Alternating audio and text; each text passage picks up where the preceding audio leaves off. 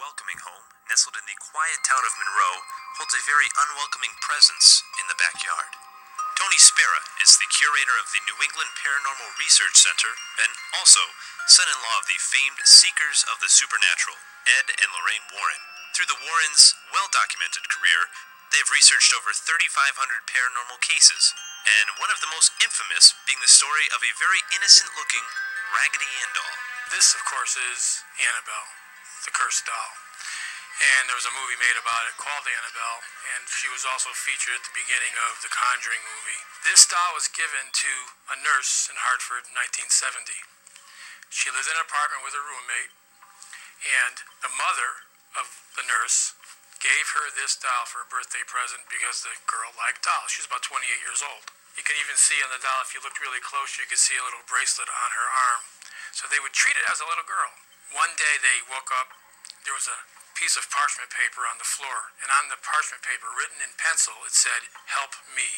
Nobody owned parchment paper. Nobody knew where that note came from. Now the girl said, "Wait a minute, someone's probably coming in this apartment." So they set up a little thing where they would put scotch tape on the door of the apartment. They would place the rug just in a certain location to see if anyone was in that apartment when they weren't home. Well, they weren't. No one was in that apartment. Nothing was moved, except the doll. The doll would move. Evil erupted as the fiancé of the nurse, Lou, had a dream that he was being choked by Annabelle and awoke to throw the doll all the way across the room, when suddenly 4 slashes appeared on this young man's chest and stomach. 4 on the chest, 3 on the stomach, and you could see actually the blood coming through the shirt. After being called in for an exorcism of the doll, Ed Warren later confiscated the doll and protected it in his museum. But the evil ensued when a Hartford priest visited the Warrens' home. So he brings the priest down and starts to explain about Annabelle. As he's explaining about Annabelle, the priest quickly walks over to the doll, almost like Lou, the fiancé, grabs the doll, throws it across this room, and says, he proclaims, "God is more powerful than any devil or demon," just like that. And Ed didn't know what to do. Ed says, "Father, I just got through explaining, do not touch that doll, it's dangerous."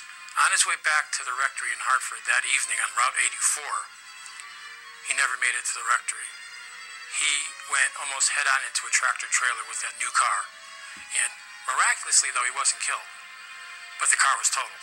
And he called later and spoke to Lorraine. He said, the last thing I can recall is looking in the rearview mirror and seeing the image of that doll staring back at me in the mirror. Then I lost control. But the interactions with Annabelle haven't always ended the same, like in this case of a young man who rode his motorcycle to the museum. The young man runs up to the glass case and starts banging on the glass like this. And he says, "You know what? This is a bunch of hooey. This isn't real. If that doll can put slashes on anybody, do it to me right now." He challenged the doll. Ed said, "Son, you and your girlfriend, you have to leave. I can't put up with that. You go right now." So the kid is leaving with his girlfriend, a young man, about 20. And he's smirking and laughing about it as they leave. Again, he never made it to his home. 3 hours later, that young man that came on a motorcycle was dead. Despite all of the very frightening supernatural events, believe it or not, some people still want to get their hands on the doll. One person sent me an offer for $1 million. And I said, "I'd be totally irresponsible to sell you that doll for $1 million. He writes me back and said, "How about $2 million? I wrote him back, I said, the doll is not for sale at any price. It would be totally reckless and irresponsible to let that doll out into the public realm." Creepy.